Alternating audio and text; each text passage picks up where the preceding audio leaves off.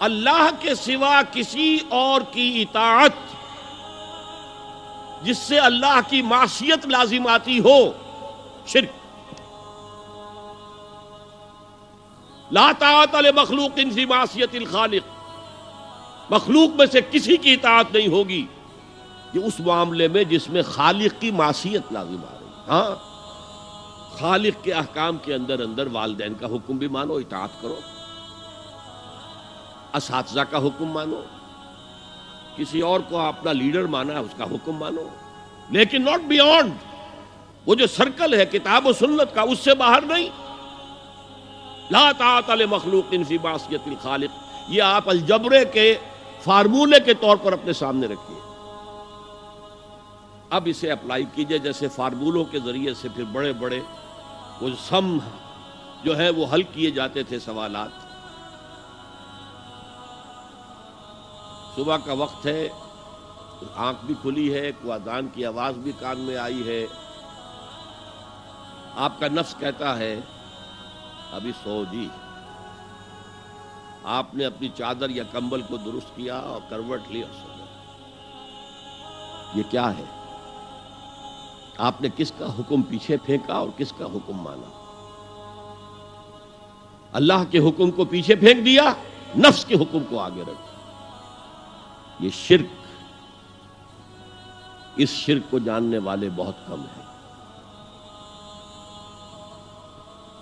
مولانا روم نے خوب کہا تھا، نفس ماں ہم کم ترس فرعون نیست لیکن اورعون ایراعون نیست۔ میرا نفس بھی فرعون سے کم نہیں ہے۔ فرعون نے کہا تھا نا الیس لی ملک مصر وہذہ الانہار تجری من تحتی، کیا اس ملک مصر کی حکومت میری نہیں ہے؟ اور سارا جو یہ آب پاشی کا نظام ہے، انہار کا نظام ہے، وہ میرے کنٹرول میں نہیں ہے؟ جس کا چاہوں موگا کھلا رکھوں، جس کا چاہوں بند کر دوں۔ یہ تھا خدائی کا دعویٰ، انا ربکم الاعلی۔ تو مولانا روم کہتے ہیں میرا نفس بھی اس سے کمتر نہیں ہے۔ وہ کہتا یہ جسم میرا ہے، اس پر میرا حکم چلے گا، میں نہیں جانتا کون اللہ کون رسول، کیا حرام کیا حلال۔ تو فرعون سے کم تو نہیں ہے میرا نفس، لیکن اورعون اس کی بہت مدد تھی، فوج تھی، لاؤ لشکر تھا، تو اس نے زبان سے بھی کہہ دیا کھل کر انا ربکم الاعلی۔ میں مسکین ہوں، غریب ہوں، میرے پاس کوئی طاقت نہیں ہے، میں زبان سے تو کچھ نہیں کہہ سکتا، اندر سے میرا نفس یہی کہتا۔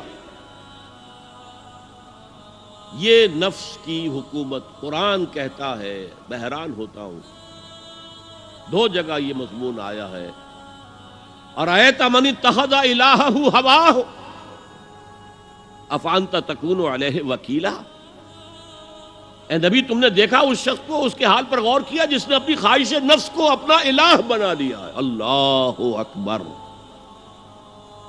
الہ لا الہ الا اللہ، کلمہ توحید کا مرکزی لفظ یہاں آ رہا ہے، من اتخذ الہہ ہواہ، جس نے اپنی خواہش نفس کو اپنا معبود بنا لیا، الہ بنا لیا۔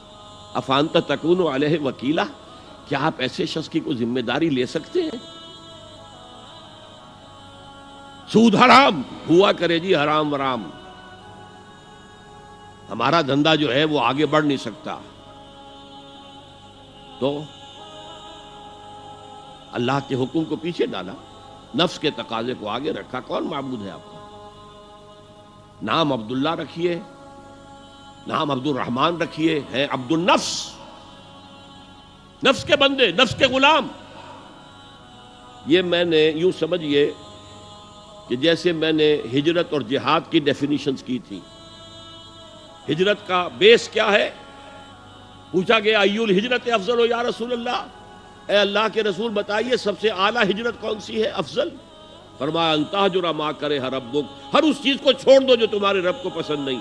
آج رات ہی سے آپ ہجرت شروع کر سکتے ہیں۔ جائزہ لیجئے کیا کیا چیزیں میری زندگی میں خلاف شریعت ہے، تو اللہ کو ناپسند ہے، فیصلہ کیجئے کہ آج کے بعد نہیں ہوگی، ہجرت شروع ہو گئی، افضل الہجرہ، سب سے افضل ہجرت شروع ہو گئی۔ لیکن ٹاپ پر لے جائیے تو یہ ہجرت جب اللہ کے دین کو قائم کرنے کی جدوجہد اس مرحلے پر آ جائے کہ اب باطل کے ساتھ ٹکراؤ ہے اور اب چاہیے کہ ساری قوت ایک مرکز پر جمع ہو جائے، ہجرت فرض کر دی گئی، وہ ہجرت گھر بار چھوڑ کر، اہل و عیال کو چھوڑ کر، اور مکے کے بھیڑیوں کے رحم و کرم پر چھوڑ کر اپنے گھر والوں کو جو لوگ ہجرت کر کے آئے، حکم تھا۔ ہجرت مدینہ فرض تھی، ہجرت حبشہ فرض نہیں تھی، صرف اجازت تھی کہ جن سے سختیاں نہیں جھیلی جا رہی مزید وہ چلے جائیں۔